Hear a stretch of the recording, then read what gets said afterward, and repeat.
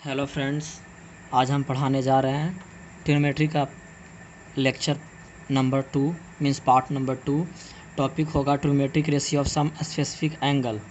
Means यहाँ पर ही आपके मदद के लिए मैंने table of trigonometric ratio for specific angle दिया हुआ है। इसके माध्यम से हम आपको समझाएंगे कि किस तरह से हम पूरा ना याद करके सिर्फ अगर साइन को हम याद करते हैं तो हम पूरे को किस तरह से आसान तरीक़ा से एज ए ट्रिक कैसे हम याद कर पाएंगे। पहले हम आपको बता दें कि फॉर स्पेसिफिक एंगल मतलब कि डिफरेंट एंगल में 6 ट्रिग्नोमेट्रिक रेशियो का मान क्या होगा। इसका मतलब यही होता है, आपको टेबल यहाँ दर्शाया गया है। यहाँ आपके मदद के लिए मैं बता रहा हूँ, आप सिर्फ साइन का याद करें। अगर आप साइन का पूरा याद कर जाते हैं उसके बाद आपको बहुत आसान होगा पूरे को याद करने में। यहाँ साइन का 0 डिग्री 0 होता है, साइन का 30 डिग्री 1/2 होता है, साइन का 45 डिग्री 1/√2, साइन का 60 √3/2, साइन का 90 डिग्री 1 होता है। अब मैं आपको बताऊंगा कि आप कोस को किस तरह से याद करना है। जिस तरह से साइन के दिया हुआ है जस्ट उल्टा कर देना, कोस को उल्टा कर देना। जो 90 में है वो 0 आ जाएगा, जो 60 में है वो 30 डिग्री पे आ जाएगा, जो 45 है 45, जो यहाँ 30 डिग्री है वहाँ 60 पे आ जाएगा, जो 0 है वहाँ 90 पे आ जाएगा। मीन्स ऐसे कर देना है, जस्ट उल्टा कर देना। उसके बाद हम tan थीटा पे आएंगे। मैंने बताया था पिछले वीडियो में tan theta equal to sine theta बटा कोस थीटा।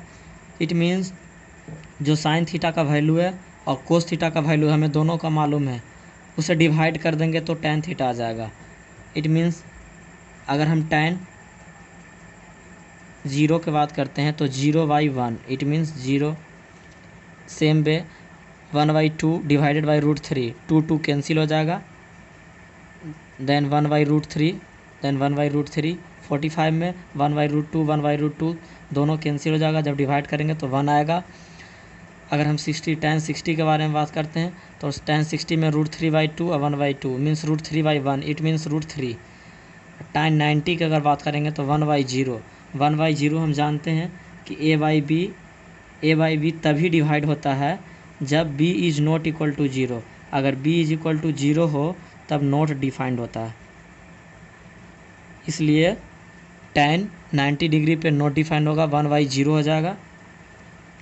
अब हम बात करते हैं कोट थीटा को। सेम वे जिस तरह से साइन और कोस में रिलेशन देखे थे उसी तरह tan और कोट में हम रिलेशन देखेंगे। जस्ट अपोजिट कर देंगे। जो 90 डिग्री है वो 0 में कर देंगे, नॉट डिफाइंड।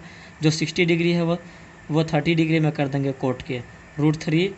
फिर 45 में 1 है, 1 रह जाएगा। 60 डिग्री में जो 30 डिग्री है tan का, वो कोट का 60 डिग्री का हो जाएगा मान 1/√3। tan 90 डिग्री का मान कोट 90 डिग्री का मान tan 0 के बराबर होगा, 0 हो जाएगा। अब हम बात करेंगे सेक के। मैंने इन्वर्स ऑफ ट्रिग्नोमेट्रिक रेशियो अगले लेक्चर में पढ़ाया था। इन्वर्स ऑफ ट्रिग्नोमेट्रिक रेशियो यहाँ sec theta equal to 1/cos theta होता है। इट मीन्स हमें कोस मालूम है, कोस को 1/, कर देना है। अगर हम cos 0 के बारे में बात करते हैं, cos 0 का मान 1 है, मीन्स 1/। देन सेक 0 का मान क्या होगा, cos 0। Sec 0 equal to 1/cos 0 होगा, 1/cos 0 का मान 1 मीन्स 1। सेम वे मेरा cos 30 डिग्री का मान √3/2 है, डायरेक्ट इसको इन्वर्स करेंगे, √2/√3 हो जाएगा। हम cos 45 का मान 1/√2 है, तब सेक 45 का मान होगा, इसको इन्वर्स करेंगे तो √2 आएगा। cos 60 डिग्री का मान 1/2 है, तो सेक 60 का इन्वर्स करेंगे तो 2 हो जाएगा। अब हम cos 90 का मान 0 है, अगर इसको इन्वर्स करेंगे तो 1/0 आ जाएगा। It means 1/0 that is not defined. मैंने tan थीटा में भी बताया है, because b is equal to 0। इसको a/b when b is not equal to 0 तब डिवाइड होता है। यहाँ b इज इक्वल टू 0 हो गया, इसी चलते नॉट डिफाइंड होगा। सेम जिस तरह से साइन थीटा कोस थीटा में रिलेशन था, tan थीटा कोट थीटा में रिलेशन था, उसी प्रकार से सेक थीटा और कोसेक थीटा में रिलेशन होगा, जस्ट अपोजिट हो जाएगा। जो इसका 90 डिग्री है, सेक का 90 है, वो 0 हो जाएगा। जो सेक का 60 है वो कोसेक का 30 हो जाएगा। जो सेक का 45 है वही कोसेक का 45 होगा। जो सेक का 30 डिग्री है वो कोसेक का 60 डिग्री हो जाएगा। जो सेक का 0 डिग्री है वो कोसेक का 90 डिग्री होगा। इसी प्रकार से हम table of trigonometric ratio for specific angle हम रिमेंबर करेंगे। यह एक ट्रिक है या आसान तरीका कह सकते हैं, जिससे कि हम सिर्फ साइन को याद करके पूरे 6 ट्रिग्नोमेट्रिक रेशियो के फॉर स्पेसिफिक एंगल के लिए हम याद कर सकते हैं। अब आपको बताएंगे हम अगले topics trigonometric ratio for complementary angle. पहले हम आपको बताएंगे कम्प्लीमेंट्री एंगल होता क्या है। Complementary angles, complementary angles means होता है कि दो एंगल का सम, सपोज एंगल ए है प्लस एंगल बी, दोनों का सम 90 डिग्री के बराबर होना चाहिए। जब दो एंगल का सम 90 डिग्री होता है तब उसे हम कम्प्लीमेंट्री एंगल बोलते हैं। यहाँ हम एक right angle in right angle triangle A B C, angle B पे 90 डिग्री होगा। हम एक राइट एंगल ट्रायंगल लेंगे, एंगल बी पे 90 डिग्री के जस्ट अपोजिट हाइपोटेनस। अगर हम एंगल ए को स्पेसिफिक एंगल मानते हैं तो ये पी हो जाएगा और ये बचे हुए बी हो जाएगा। हम जानते हैं कि दो एंगल का सम 90 डिग्री होता है। अगर ऐसा हम इस ट्रायंगल में बात करते हैं कि अगर if angle A and C are complementary angles, then angle A plus angle C is 90 degree. Means angle C बराबर 90 माइनस एंगल ए, ये हो गया। एंगल सी बराबर हो जाएगा 90 माइनस ए। अब हम बात करेंगे 6 ट्रिग्नोमेट्रिक रेशियो की। 6 trigonometric ratio with respect to angle A. Angle A के रिस्पेक्ट में 6 ट्रिग्नोमेट्रिक रेशियो कैसे होगा। साइन ए अगर लेते हैं, sine A P by H होता है। यहाँ P by H, P B C है तो बी सी, एच ए सी। फिर हम लेंगे कॉस ए, कॉस ए होता है B by H, B A B है तो A B by A C. Cos के बाद टैन ए, टैन होता है P by B, means B C by A B. Cot A, cot A just इसका उल्टा हो जाएगा, A B by B C. Cot sec A, sec cos का just उल्टा, A C by A B. ऐसे उल्टा भी ले सकते हैं, या सेक का होता है H by B.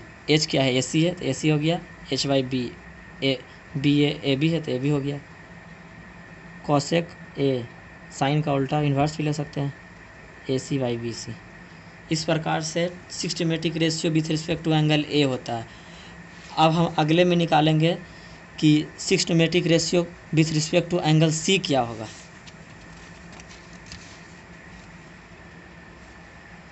6 trigonometric ratio with respect to angle C.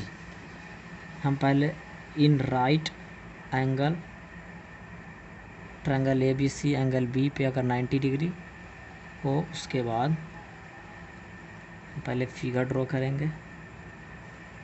Figure draw करने से प्रोसेस बहुत आसान हो जाता है। एंगल बी अगर है तो ये एच हो जाएगा, with respect to angle C ले रहे हैं तो यहाँ पे ये पी हो जाएगा और ये बी हो जाएगा। तो angle C equal to 90 minus angle A मैंने पहले ही फाइंड किया था, angle C equal to 90 minus angle A. It means अगर हम साइन सी लेते हैं तो साइन 90 माइनस एंगल ए भी लिख सकते हैं। Sine 90 minus angle A, it means sine C. Sine C क्या होता है, P by H, means AB by H is AC। उसी प्रकार से cos angle C cos 90 minus angle A लेंगे, तो cos angle C B by H, B is BC by AC। Cotan angle C को tan 90 minus angle C ले सकते हैं, 90 minus angle A ले सकते हैं यहाँ से, P by P, P AB by BC। अब हम कॉट एंगल C को डायरेक्ट इन्वर्स ले सकते हैं, BC बाई AB। इसको हम कॉट 90 माइनस एंगल A लिख सकते हैं, कॉट के बाद सेक एंगल C को सेक 90 माइनस एंगल A लिखेंगे। इसका इन्वर्स ले लेते हैं, AC बाई BC। आप इस प्रकार भी ले सकते हैं, या इसका H बाई B होता है तो BC लिख लिया। Cosec angle C equal to cosec 90 minus angle A equal to AC by AB। इसी प्रकार से हम ये हॉल को इक्वेशन 2 मान लेते हैं with respect to angle C। जो पहले निकाले हैं with respect to angle A, उसको हम 1 मान लेते हैं। From equation 1, from equating equation 1 and 2 we get, हम लोग प्राप्त हुआ कि sine 90 minus angle A equal to AB by AC। AB by AC को हम लिख सकते हैं यहाँ AB बाई AC क्या है, कॉस A लिखेंगे। आप जानते होंगे कि आपका फॉर्मूला यहाँ से निकल कर आ गया। First formula sine 90 minus theta is equal to cos theta. Now cos 90 minus angle A, cos 90 minus angle A equation B में दिया हुआ है BC by AB। BC by AB है क्या, BC by AB sine A है, तो हम sine A लिखेंगे। सेकेंड फार्मूला आया हमारा cos 90 minus theta equal to sine theta, mean sine A। Cos 90 minus angle A equal to sine A। उसके बाद हम टैन 90 माइनस एंगल A लेंगे। Tan 90 minus angle A equation 2 में AB by BC है, हम यहाँ देखेंगे AB by BC। AB by BC equation 1 में कॉट A है, कॉट A। थर्ड फार्मूला हमारा निकल के आया कि tan 90 minus angle A equal to cot A होगा।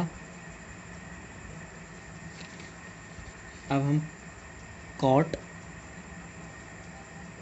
90 माइनस एंगल A लेंगे, cot 90 minus angle A। Second equation से हम फाइंड आउट करेंगे BC by AB tan A है, टैन A। इसी प्रकार से हम सेक लेंगे, सेक 90 माइनस एंगल A और इक्वेट करेंगे तो cos no sec AC by BC cosec, AC by BC cosec हो जाएगा, cosec angle A sec 90 minus angle A equal to cosec. उसी प्रकार से cosec 90 minus angle A equal to, यहाँ से हम देखेंगे तो AC बाई AB है, AC बाई AB क्या है, सेक है, तो हमारा सेक हो जाएगा। तो हम फाइंड आउट किए कि यहाँ से हम ड्राइव किए, आपको हम एक्सप्लेनेशन भी बताएं किस तरह से एंगल को डेराइव किया जाता है। और मेनली रूप से आप ये सब को रिमेंबर कर लें। रिमेंबर कर लेने से आसान हो जाएगा बनाने वक्त। प्रॉब्लम में जब आप बनाइएगा तो आप डायरेक्ट इसको यूज़ करिएगा, इम्प्लीमेंट कीजिएगा, जिससे आपको प्रॉब्लम बनाने में काफ़ी आसान होगी। आज का वीडियो हम यहीं अंत करते हैं, और इससे रिलेटेड क्वेश्चन हम अगले वीडियो में आपको बताएंगे। इससे रिलेटेड कुछ क्वेश्चन हम करेंगे और जो अगले वीडियो में हम बताएंगे आपको। Please subscribe my channel and continue to watch this channel. I will provide you the complete theory or with a question explanation of a particular chapter. So thank you for watching my videos. Please subscribe my channel.